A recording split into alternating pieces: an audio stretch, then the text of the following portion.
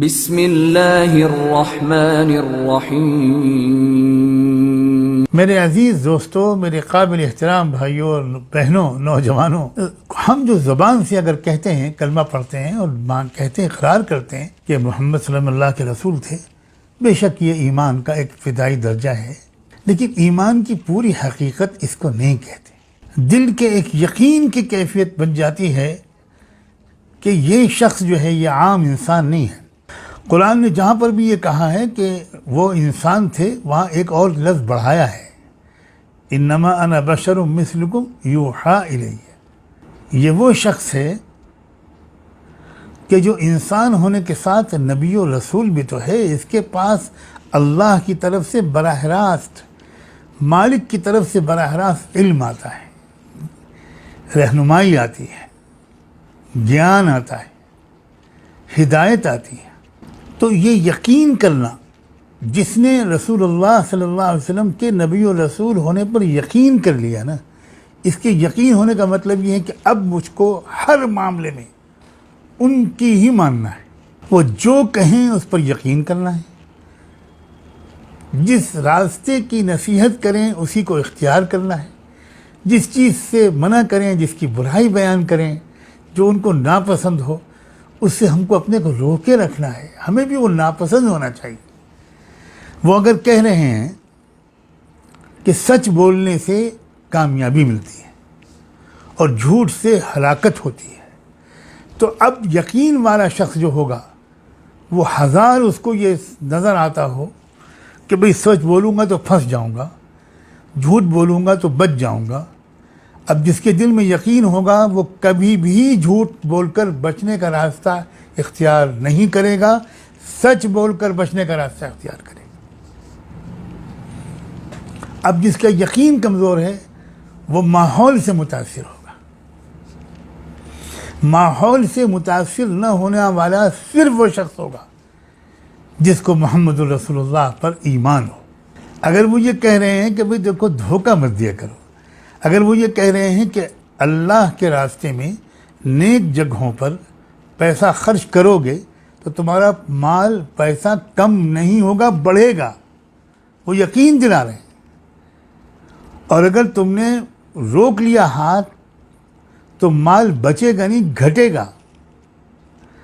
اگر تم نے سودی لین دین کیا تو تمہارا مال گھٹے گا، اور اگر تم نے مال کو خرچ کیا بغیر اس کے بدلے اس انسان سے کچھ منافع لیے، بلکہ اللہ کو راضی کرنے کے لیے، تو تم دیکھ لینا دنیا میں بھی تمہارا مال بڑھ جائے گا۔ اب یہ وہ شخص کرے گا جس کو یقین ہوگا۔ جس کو یقین نہیں ہوگا، شک ہوگا، وہ ہزار کلمہ پڑھتا رہے کہ میں کلمہ پڑھتا ہوں، لیکن نہیں خرچ کر پائے گا۔ تو یقین والا تعلق، آپ نے جو کہہ دیا وہ بالکل اٹل ہے، وہی سچ ہے، ہو کر رہے گا وہ۔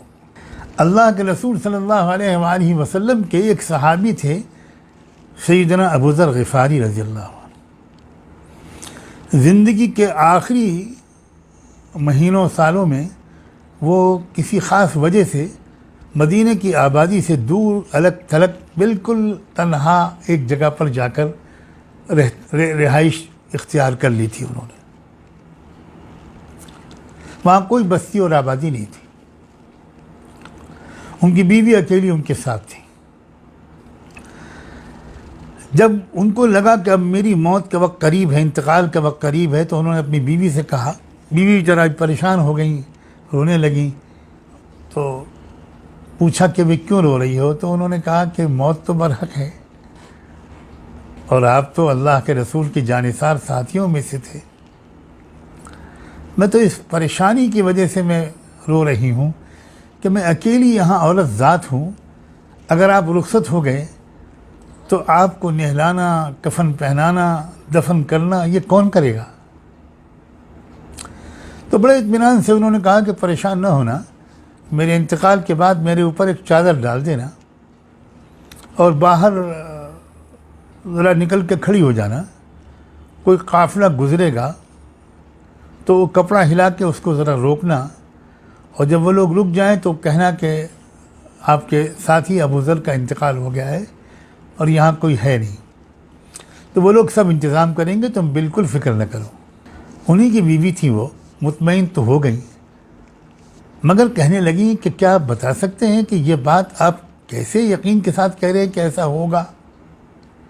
تو انہوں نے کہا کہ دیکھو، مجھے اچھی طرح یاد ہے کہ ایک بار میں اپنے ساتھیوں کے ساتھ اپنے آقا سیدنا محمد رسول اللہ صلی اللہ علیہ وآلہ وسلم کی مجلس میں بیٹھا ہوا تھا، تو آپ نے فرمایا کہ تم میں سے ایک کا انتقال مدینے سے دور تنہائی میں ہوگا، اور ایک قافلہ گزرے گا میرے صحابہ کا، ان کو خبر ہوگی، اور پھر وہی لوگ ان کی غسل دلائیں گے، تجہیز و تکفین کا اور تدفین کا انتظام کریں گے۔ تو مجھے اچھی طرح یاد ہے کہ اس وقت میرے سوا جتنے اور لوگ بیٹھے ہوئے تھے، سب کو میں نے غور سے دیکھا، سب لوگ انتقال کر چکے ہیں، اور کسی کا انتقال اس طرح نہیں ہوا جس طرح اللہ نے فرمایا تھا۔ میں اکیلا بچا ہوں اور ان کی بات غلط نہیں ہو سکتی، اس لیے مجھے یقین ہے کہ وہ میرے ساتھ ہوگی۔ یقین بہت بڑی دولت ہے، اور واقعہ یہ ہے، ہمیں اعتراف کرنا چاہیے کہ ہمارا یقین بہت کمزور ہو گیا۔ رسول اللہ صلی اللہ علیہ وآلہ وسلم کی ذات کے بارے میں روزانہ تھوڑی دیر سوچ کر اپنے دل میں یقین کو تازہ کرنے کی، کاش کہ ہم مشق کرنے کی عادت ڈال لیں۔ کوئی بات ان کی غلط ثابت ہوئی، بہت ہی سخت مخالف حالات میں اعلیٰ درجے کی فتوحات کی وہ خبریں دیتے تھے۔ آپ نے کتنی بار یہ واقعہ سنا ہے کہ مدینہ منورہ میں دشمن کے لشکر حملہ آور ہوا تو مشورے سے یہ طے ہو گیا تھا کہ باہر نکل کر مقابلہ نہیں کرنا، بلکہ مدینے میں آنے کا جو راستہ ہے اس میں خندقیں کھود دینی ہیں، بہت بڑی بڑی ٹرینچز، تاکہ وہ پوری فوج ایک ساتھ اندر داخل ہی نہ ہونے پائے۔ 2-4 سوار گھوڑوں کو کدا کر خندق پار کر کے اندر آئیں گے تو ہم نپٹ لیں گے ان کے ساتھ۔ اب کھدائی شروع ہو گئی، صحابہ کرام لگ گئے، وقت کم تھا، لیکن ایک جگہ پر آ کر اتنی خطرناک چٹان تھی زمین کے نیچے کہ وہ ٹوٹ ہی نہیں رہی تھی۔ صحابہ نے آ کر اللہ کے رسول سے عرض کیا کہ اللہ کے رسول، ایک جگہ پر آ کر تو ہماری ساری کلہاڑیاں کدالیں سب فیل ہیں، کچھ نہیں کر پا رہے ہیں۔ آپ خود تشریف لے گئے اور آپ نے خود کلہاڑی ماری، اور کلہاڑی جب چٹان سے ٹکرائی تو ایک چنگاری نکلی، اور اس وقت آپ نے فرمایا کہ میں اس چنگاری کی روشنی میں رومن امپائر کے خزانے تمہارے قدموں کے نیچے دیکھ رہا ہوں۔ دوسری پھر کلہاڑی ماری تو پھر چنگاری نکلی، اور آپ نے فرمایا کہ میں اس چنگاری کی روشنی میں پرشین امپائر کے خزانے تمہارے قدموں کے نیچے دیکھ رہا ہوں۔ سلام ہو صحابہ کرام کے یقین پر، ایک کے دل میں بھی وسوسہ نہیں آیا کہ کیا کہہ رہے ہیں اللہ کے رسول، کیا کہہ رہے ہیں، ہمارے پیٹ پر پتھر بندھے ہیں، مدینے کی سردی سے بچنے کے لیے ہمارے پاس کمبل نہیں ہے، یہ تو دشمن حملہ آور ہے، اس سے بچاؤ کا انتظام ہم نہیں کر پا رہے، اور دنیا کی سپر پاورز کے بارے میں آپ بتا رہے ہیں۔ لاکھوں سلام ہو ایک ایک صحابی پر، وسوسہ بھی نہیں آیا ان کے دل میں، پکا یقین ان کے دل میں تھا، جو کہہ رہا ہے اللہ کا بندہ بالکل ٹھیک کہہ رہا ہے۔ اور سنا کہ دنیا نے دیکھا، چند سال کے اندر دنیا نے دیکھا، تو یقین کرنا انہوں نے جب یہ کہا ہے، آج کے حالات کے بارے میں بھی بار بار میں یاد دلاتا ہوں، یہ جو حالات آج آ رہے ہیں یہ سب وہ ہیں جو وہ بتا چکے ہیں۔ تم پر قومیں ٹوٹ پڑیں گی، یہی ہو رہا ہے آج۔ اکیلے پڑ جاؤ گے، چاروں طرف سے گھیر لیے جاؤ گے، خون بہایا جائے گا، بدامنی ہوگی، یہ سب وہ حالات ہیں جو بتا چکے ہیں۔ اور پہلے کیا اسٹیج ہوگا، پھر کیا ہوگا، پھر کیا ہوگا، تاریخ میں اب تک جو ہوا ہے وہ وہی ہوا ہے جو وہ بتا کے گئے تھے۔ اور آج بھی وہی ہو رہا ہے جو وہ بتا کے گئے تھے. اور یہ وہ بتا کے گئے تھے کہ جب یہ حالات آ جائیں تو گھبرا نہ جانا. That will not be end of the history.